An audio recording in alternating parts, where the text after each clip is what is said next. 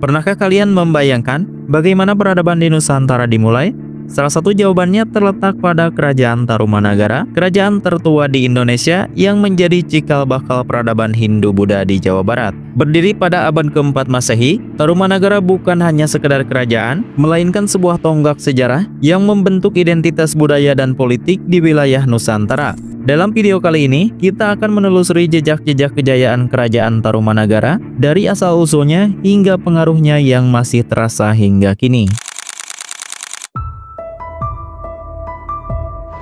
Sejarah Nusantara mencatat bagaimana kerajaan-kerajaan di Indonesia tumbuh dan berkembang menjadi entitas politik dan budaya yang besar. Perkembangan ini tidak lepas dari pengaruh kerajaan-kerajaan bercorak Hindu, Buddha, dan Islam yang masing-masing memberikan warna tersendiri dalam perjalanan sejarah Indonesia. Keberadaan kerajaan-kerajaan ini tidak hanya membentuk struktur politik, tetapi juga mempengaruhi kehidupan sosial, budaya, dan spiritual masyarakat Indonesia secara mendalam. Agama Hindu menjadi salah satu agama pertama yang masuk ke Indonesia, diperkirakan sejak awal Tarikh Masehi. Pengaruhnya terus berkembang pesat hingga akhirnya kerajaan-kerajaan Islam mulai bermunculan dan mengambil alih peran dominan dalam percaturan politik dan budaya di Nusantara. Proses transformasi ini menunjukkan dinamika sejarah yang kaya dan kompleks, di mana setiap era meninggalkan jejaknya sendiri.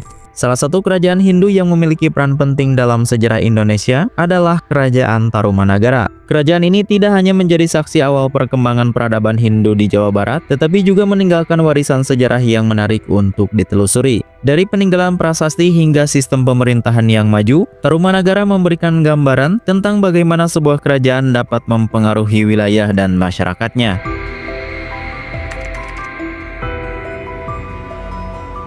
Kerajaan Tarumanagara merupakan salah satu kerajaan Hindu tertua di Nusantara yang berdiri setelah Kerajaan Kutai. Kerajaan ini diyakini telah eksis sejak abad ke-4 Masehi dan memainkan peran penting dalam perkembangan budaya, politik, dan ekonomi di wilayah yang kini dikenal sebagai Jawa Barat.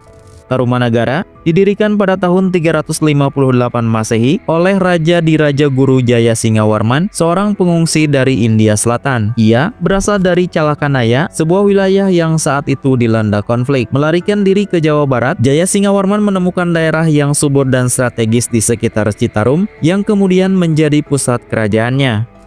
Nama Tarumanagara diyakini berasal dari kata taruma yang merujuk pada tanaman tarum atau nila atau indigofera dalam bahasa ilmiah, sebuah tanaman penghasil pewarna alami yang banyak ditemukan di wilayah tersebut. Menurut sejarawan N.J. Krom, tradisi penamaan kerajaan berdasarkan nama tumbuhan juga dapat ditemukan di kerajaan lain seperti Majapahit yang berasal dari nama buah maja. Namun, pendapat ini masih diperdebatkan karena belum didukung oleh bukti ilmiah yang kuat.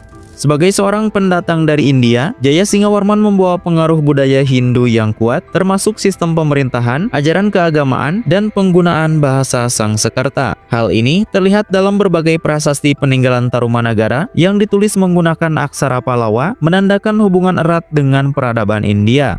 Keberadaan Tarumanagara diketahui dari berbagai prasasti yang ditemukan di Jawa Barat, seperti Prasasti Ciaruten dan Prasasti Tugu. Selain itu, catatan perjalanan biksu Tiongkok Pahien juga memberikan gambaran mengenai kehidupan di kerajaan ini. Sayangnya, tidak ada prasasti yang mencantumkan angka tahun secara eksplisit, sehingga para ahli sejarah mengandalkan sumber lain untuk memperkirakan periode eksistensi Tarumanagara. Bukti lain mengenai hubungan Tarumanagara dengan dunia luar ditemukan dalam catatan sejarah Tiongkok. Dalam sumber-sumber Tiongkok, kerajaan ini disebut sebagai Tolomo yang tercatat beberapa kali mengirim utusan ke Tiongkok pada tahun 528 Masehi, 538 Masehi, 663 Masehi, dan 666 Masehi. Dari catatan ini, para sejarawan menyimpulkan bahwa Tarumanagara berkuasa setidaknya sejak abad ke-4 hingga ke-6 Masehi.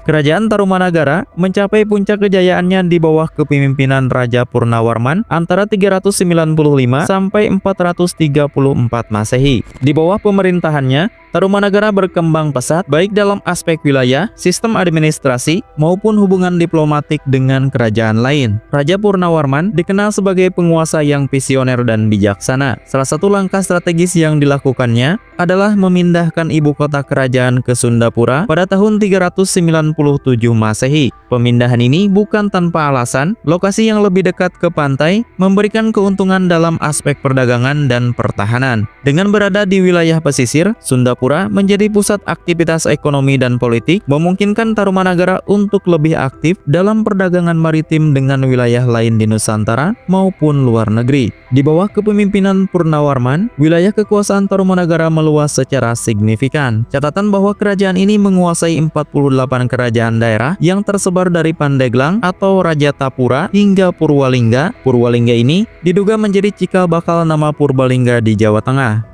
Secara geografis, Tarumanagara mengendalikan hampir seluruh Jawa Barat, termasuk Banten, Jakarta, Bogor, hingga Cirebon. Dengan cakupan wilayah yang begitu luas, Tarumanagara menjadi kekuatan politik yang dominan di Jawa pada masa itu.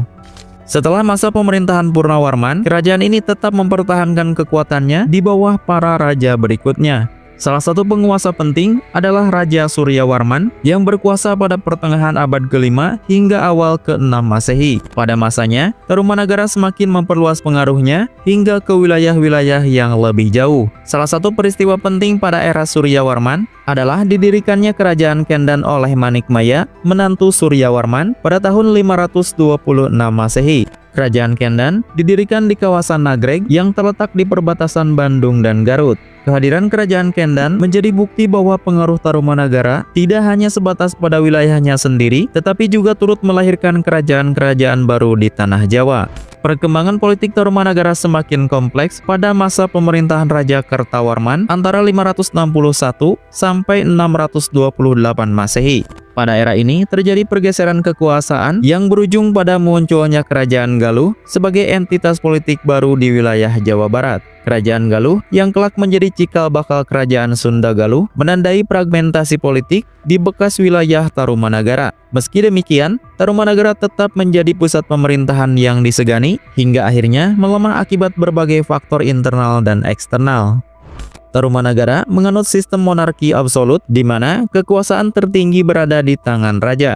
Raja tidak hanya berperan sebagai pemimpin politik, tetapi juga memiliki status sakral yang dihormati oleh rakyat dan pejabat kerajaan. Untuk menjalankan pemerintahan, raja dibantu oleh para pejabat dan bangsawan yang bertugas dalam administrasi dan pengelolaan wilayah. Keberhasilan pemerintahan Tarumanagara juga didukung oleh adanya pratana hukum dan kebijakan pembangunan yang diterapkan oleh para raja. Sebagai contoh, Prasasti Tugu tidak hanya mencatat pembangunan irigasi, tetapi juga menunjukkan bahwa kebijakan ekonomi dan kesejahteraan rakyat menjadi perhatian utama kerajaan. Dengan adanya infrastruktur yang baik, perdagangan dan pertanian yang berkembang pesat yang pada akhirnya memperkuat kestabilan politik Tarumanagara.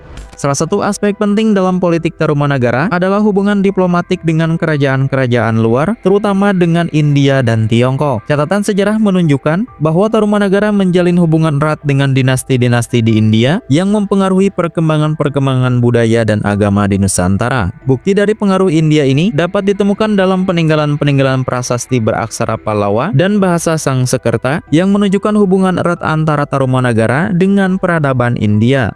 Selain itu, dalam catatan sejarah Tiongkok, Tarumanagara disebut sebagai salah satu kerajaan maritim yang penting di Asia Tenggara. Dinasti Liang di Tiongkok mencatat bahwa pada abad ke-6 Masehi, utusan dari Tarumanagara mengunjungi istana kekaisaran Tiongkok untuk menjalin hubungan dagang dan diplomatik. Hal ini menunjukkan bahwa Tarumanagara bukan hanya kerajaan lokal yang terisolasi, tetapi juga merupakan bagian dari jaringan perdagangan maritim internasional yang mencakup Asia Tenggara, India, hingga Tiongkok. Melalui hubungan dagang dan diplomasi yang aktif, Tarumanagara memperoleh banyak keuntungan, termasuk dalam bidang ekonomi, budaya, dan militer. Perdagangan dengan India dan Tiongkok membawa pengaruh dalam berbagai aspek kehidupan masyarakat Tarumanagara, seperti perkembangan agama Hindu dan Buddha, sistem tulisan, serta teknologi pertanian dan maritim.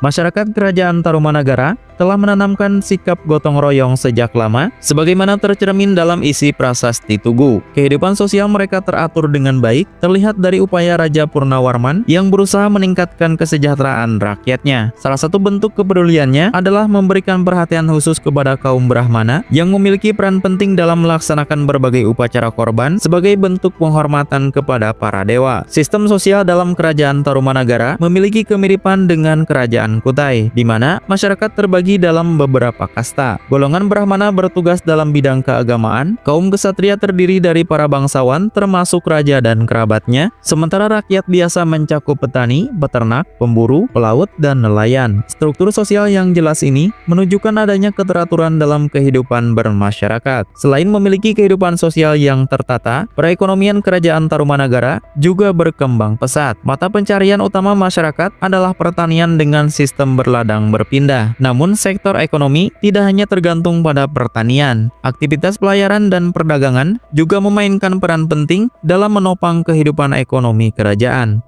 Salah satu proyek besar yang dilakukan Raja Purnawarman adalah membangun sistem irigasi dan penggalian Sungai Gomati. Dalam Prasasti Tugu, disebutkan bahwa pada tahun pemerintahannya yang ke-22, Raja Purnawarman memerintahkan rakyatnya untuk menggali sungai sepanjang 6.122 busur atau sekitar 12 km dalam waktu 21 hari. Proyek ini melibatkan golongan budak dan kaum sudra, sementara kaum Brahmana menerima penghargaan berupa 1.000 ekor sapi sebagai tanda penghormatan setelah proyek selesai. Pembangunan sungai ini memiliki beberapa tujuan, diantaranya mencegah banjir, meningkatkan hasil pertanian, dan memperkuat ketahanan ekonomi kerajaan. Lebih dari sekedar sistem irigasi, sungai ini juga berperan sebagai jalur transportasi yang mendukung perdagangan antar daerah, baik di dalam maupun di luar kerajaan. Berdasarkan catatan dari Musafir Cina Pahien, masyarakat Tarumanagara memperdagangkan beras dan kayu jati sebagai komoditas utama mereka. Hal ini menunjukkan bahwa perdagangan di Tarumanagara cukup maju dan berkontribusi terhadap kestabilan ekonomi. Dari segi politik dan pemerintahan, sumber sejarah yang tersedia memang terbatas. Namun, catatan Pahien menunjukkan bahwa Tarumanagara mampu menciptakan stabilitas politik di wilayahnya. Pembangunan proyek besar seperti penggalian saluran Gomati dan Sungai Candrabaga menjadi bukti adanya pemerintahan yang kuat dan berwibawa. Raja Purnawarman tidak hanya berhasil mengorganisir tenaga kerja dalam jumlah besar, tetapi juga memperlihatkan wibawa sebagai pemimpin yang disegani. Sebagai penguasa, kekuasaannya bersifat mutlak. Hal ini diperkuat dengan pengakuannya sebagai jelmaan Dewa Wisnu yang semakin mengukuh posisinya sebagai pemimpin tertinggi di kerajaan. Kepercayaan yang dianut oleh masyarakat Tarumanagara adalah Hindu, khususnya Hindu Wisnu. Bukti dari keyakinan ini dapat ditemukan pada Prasasti Ciaruten yang menampilkan tapak kaki raja yang diibaratkan sebagai tapak kaki Dewa Wisnu. Namun di luar lingkungan kerajaan terdapat keberagaman kepercayaan. Dalam catatan Pahien yang tertulis dalam bukunya Pak Kauci, disebutkan bahwa saat ia mengunjungi Jawa Dwipa, ia hanya menjumpai sedikit orang yang menganut agama Buddha. Sebagian besar masyarakat lebih banyak menganut kepercayaan Hindu, sementara sebagian lainnya masih mempertahankan kepercayaan animisme. Sejarawan mencatat bahwa animisme sering dianggap sebagai agama kotor, menunjukkan adanya perbedaan dalam pandangan terhadap kepercayaan lokal. Meski begitu, hal ini membuktikan bahwa pengaruh Hindu cukup kuat dalam lingkungan kerajaan, namun tidak sepenuhnya menghilangkan kepercayaan lain yang telah ada sebelumnya. Dengan kehidupan sosial yang tertata, ekonomi yang berkembang, pemerintahan yang kuat, serta kepercayaan yang beragam, Kerajaan Tarumanagara menjadi salah satu kerajaan tertua di Nusantara yang memiliki pengaruh besar terhadap perkembangan peradaban di wilayah tersebut. Kerajaan Tarumanagara adalah salah satu kerajaan tertua di Nusantara yang mencapai puncak kejayaannya di bawah pemerintahan Raja Purnawarman. Namun seiring berjalannya waktu, kejayaan itu mulai memudar hingga akhirnya kerajaan ini runtuh pada abad ke-7 Masehi. Pemerintahan Tarumanagara memang berlangsung lama, tetapi kemundurannya tak terhindarkan, mengantarkannya pada kehancuran. Raja terakhir Tarumanagara adalah Tarusbawa, menantu dari Raja Linggawarman. Setelah kematian mertuanya, Tarusbawa naik tahta dalam situasi kerajaan yang telah mengalami kemerosotan. Sayangnya, alih-alih mengembalikan kejayaan Tarumanagara, ia justru memilih kembali ke tanah kelahirannya di sekitar Cirebon dan mendirikan kerajaan Galuh. Keputusan ini menjadi pukulan telak bagi Tarumanagara yang semakin kehilangan kekuatan dan pengaruhnya. Kemunduran ini semakin diperparah oleh ekspansi Sriwijaya yang sedang dalam fase pertumbuhan sebagai kekuatan maritim besar di Asia Tenggara. Pada tahun 686 Masehi, sisa-sisa kekuatan Tarumanagara akhirnya takluk di bawah serangan Dapunta Hyang Srijayanasa, penguasa Sriwijaya dari Kedah. Prasasti Kedukan Bukit yang ditemukan di dekat Palembang dan bertanggal 605 Caka atau 683 Masehi mencatat ekspedisi militer besar-besaran yang dipimpin oleh Srijayanasa. Dengan 20.000 pasukan, ia menaklukkan berbagai wilayah dan menjadikan Palembang sebagai pusat perdagangan terbesar di Suwarnadipa atau Pulau Sumatera. Serangan ini berujung pada kehancuran Tarumanagara dan perpecahannya menjadi kerajaan-kerajaan kecil seperti Kerajaan Galuh dan Kerajaan Sunda. Dominasi Sriwijaya dalam jalur perdagangan maritim membuat perekonomian Tarumanagara yang sebelumnya makmur perlahan runtuh. Hilangnya kendali atas perdagangan ditambah ketidakmampuan raja-raja penerus mempertahankan stabilitas politik semakin mempercepat kejatuhan kerajaan ini. Pada masa kejayaannya sekitar tahun 670 Masehi, Sriwijaya berkembang sebagai pusat perdagangan dan agama Buddha Mahayana yang berpengaruh di Asia Tenggara. Dengan armada laut yang kuat, kerajaan ini memperluas wilayah kekuasaannya hingga ke tanah Jawa, termasuk menguasai bekas wilayah Tarumanagara. Runtuhnya Tarumanagara menjadi babak akhir dari sejarah panjang salah satu kerajaan tertua di Nusantara. Meski kehancurannya terjadi secara bertahap, melemahnya otoritas pemerintahan dan tekanan dari Sriwijaya perlahan menghapus keberadaannya dari panggung sejarah. Setelahnya, kekuasaan di Jawa Barat diambil alih oleh kerajaan-kerajaan penerus seperti Sunda dan Galuh. Meskipun Tarumanagara telah lama sirna, jejaknya tetap menjadi bagian penting dalam perjalanan peradaban Nusantara. Meskipun telah runtuh, warisan kerajaan Tarumanagara masih dapat dilihat hingga saat ini. Pengaruh kebudayaan Hindu-Buddha yang dibawa oleh Tarumanagara menjadi dasar bagi perkembangan peradaban di Jawa Barat. Selain itu, peninggalan sejarahnya menjadi bukti penting tentang keberadaan kerajaan ini. Warisan Tarumanagara juga terlihat dalam tradisi dan budaya masyarakat Jawa Barat. Misalnya, penggunaan tanaman tarum sebagai bahan pewarna alami masih dilakukan hingga kini. Selain itu, prasasti-prasasti peninggalan Tarumanagara menjadi sumber penting bagi penelitian sejarah dan arkeologi. Kerajaan Tarumanagara memegang peranan penting dalam sejarah Indonesia sebagai salah satu kerajaan tertua yang memperkenalkan pengaruh Hindu-Buddha di Nusantara. Melalui peninggalan sejarahnya, kita dapat mempelajari bagaimana peradaban awal di Indonesia berkembang dan memberikan kontribusi bagi pembentukan identitas bangsa.